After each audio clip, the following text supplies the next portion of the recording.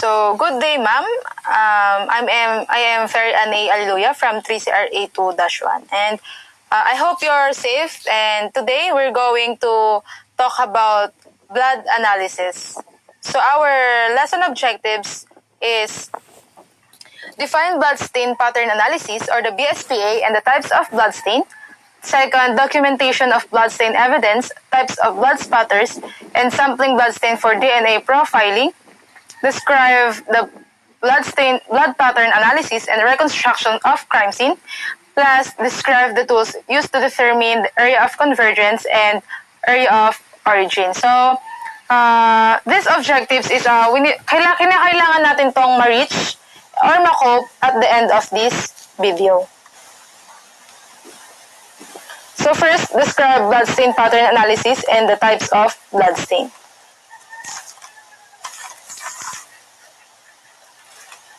So ano nga ba si blood stain pattern analysis? So si blood stain pattern analysis, it is a interpretation of blood stain to recreate the crime and the cause of the bloodshed. So ina-analyze din dito yung shape, yung size, and yung distribution ng location ng blood stain. So nade-determine to sa pamamagitan ng 90 degree, 60 degree, 20 degree, and 10 degree. So next, types of blood stain. So meron tayong 3 types of blood stain. First is passive stain. So si passive stain usually round and there's no tail. So nanggagaling siya sa weapon na ginamit sa crime or sa injured person. So ngayon nga nakikita natin siya sa nakikita natin sa picture is yung knife. So second is transfer stain.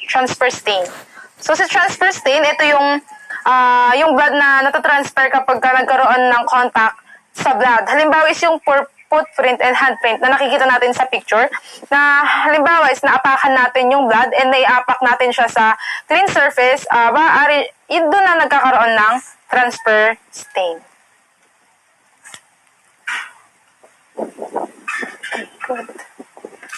Next is impact stain. So si impact stain, it is create through the air. So dito, nakapaloob dito so ito yung tinatawag na pagtalsik ng dugo or blood spatter. So meron tayong 3 types. So meron tayong 3 types of spatter, and later on mapag-uusapan natin. And next,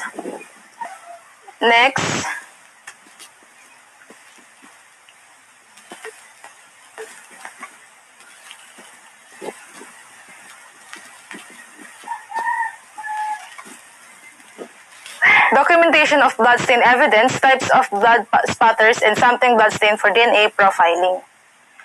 So, paano nga ba nagdo-document ng blood stain evidence? First, is capturing blood stain sa high-resolution photography, and second, it needs to be measured para malaman kung gaano ba kalaki yung droplets ng blood, and pwede rin tayo gumamit dito ng sketch.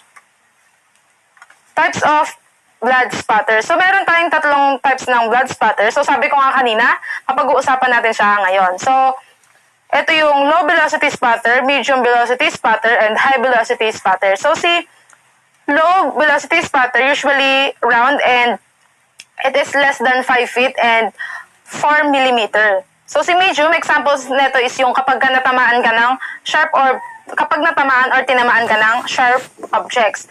So, it is usually 5 to 100 feet and 1 to 4 millimeter. And last, high velocity spatter. Example nato is yung bullet wound or kapag tinamaan ka ng bullet. And this is greater than 100 feet and less than of 1 millimeter. Second, last is sampling blood stain for DNA profiling. So, kinakailangan dito ng maliit na swab test para makuha natin yung blood or yung dried blood para ma-determine ng mga analyst kung galing ba siya or kung galing ba yung dugo sa tao or sa hayop. Malalaman din dito ng mga analyst kung na-injured ba yung perpetrator or yung gumawa ng crime. So, Next is importance of blood pattern analysis and reconstruction of crime scene.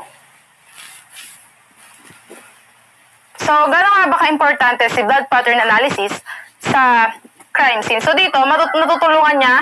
So, napaka-helpful ng blood para ma-solve yung crime dahil tinitignan dito yung physical appearance of the blood stain and kasama dito yung size, shape, and overall appearance ng stain, lalo na sa surface texture and kung saan nakita yung blood stain. So, yung mga analysts, ini-interpret din nila dito yung kung ano yung types ng pattern at kung ano yung mechanisms that may have caused the blood stain or the crime.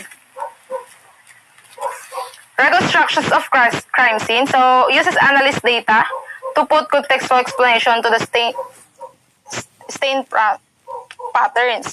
So, may dalawang tinitignan dito. First is what type of crime has occurred and where is the person bleeding from. So, sa pag-construct ng crime scene, so ginagamitan ng direction and angle. Kung saan nagsimula yung bloodshed and the estimation of where the victim and suspect in relation to each other. So, kung gaano nga ba kalayo si suspect or si victim sa isa't isa nung nangyari yung crime. So, last is describe the tools used to determine areas of convergence and area of origin. So first is elastic strings and protractor. So ginagamit ito para masukat yung blood stain and kung gaano nga ba siya kalayo sa isa't isa. So next is mathematical equation or so napaka-technical nito kasi ginagamitan na siya ng trigonomic function. So computer software program or the hemospat. So, dito, mas makikita ng mabuti kung nasaan nga ba yung mga sequence ng mga blood stain at saka kung asan yung origin. And limiting Ingalls method. So si limiting Ingalls method, ginagamit siya ng mga analyst kapag yung blood is underside ng desk or ng table. So, let's go back to our lesson objectives if we reach it.